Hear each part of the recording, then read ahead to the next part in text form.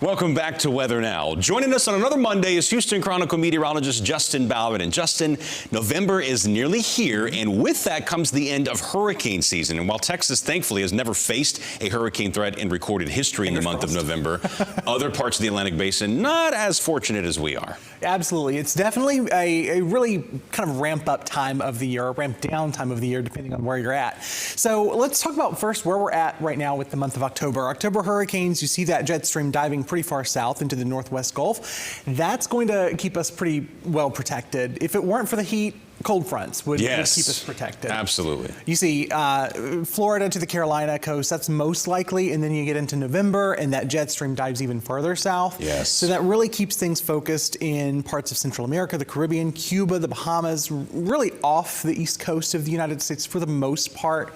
But Florida, it tends to be hit or miss at times, some of the most recent ones. Florida just sticks out there. It's like they're just asking for it. Peninsula.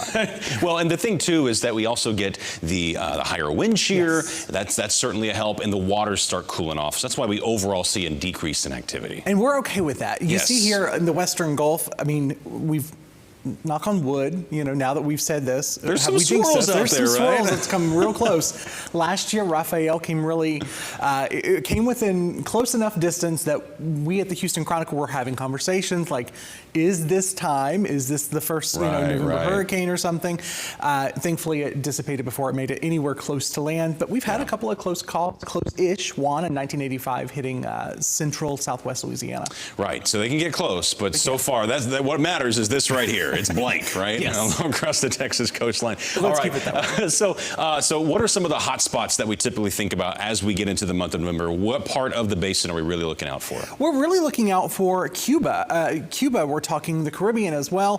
Western Caribbean specifically. I mean, we're talking about Hurricane Mitch. This is one of the ones that kind of stands out. I was only 7 when Mitch, formed and devastated Central America, but I still remember hearing about the devastation caused by Hurricane Mitch in November. Late October, early November of 1998. And Mitch was a Category 5 hurricane, and it just stalled right off the coast of Honduras. Yeah, you can kind of see it right there. It just kind of meanders, wiggles off the coast. And so the deadly thing, as it is in most cases, is the rains, the mudslides, and so we had thousands of people sadly perish in that hurricane. Yeah, I mean, this is certainly one for the record books, and certainly not something that we see, every November, thankfully. But when it does happen, it sticks with you pretty well. So looking back at Mitch, Mitch originated from a tropical wave on October 8th. Wow. I was like, long-lived. That was long-lived. October 8th to almost a full month with Mitch, dealing with Mitch. Reached hurricane status on October 24th. It rapidly intensified on that same day.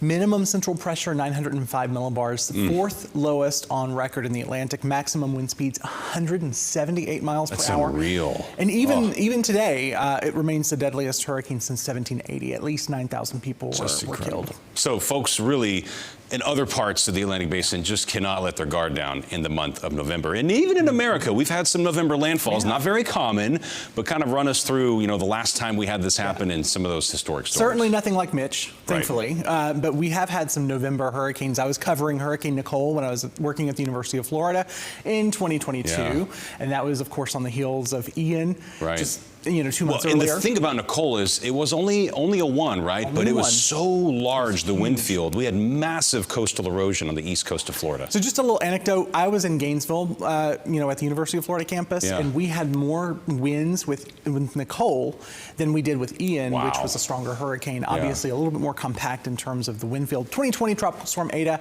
Ida in 2009 made landfall just barely as a tropical storm in Alabama. 1998 Tropical Storm Mitch. So, Mitch had impacts. There was a pretty significant tornado outbreak in South Florida with 1998's Mitch, 1994 Tropical Storm Gordon. So they're not terribly common, and thankfully they're weaker normally, but certainly they do happen. So it can happen, and just because this never happened in Texas doesn't mean that it'll always stay that way, right? Okay, Justin, thank you very much, and here's to hoping that we don't have to worry about hurricanes here until next season. Now. Go knock on a lot of things. All right, thank you very much.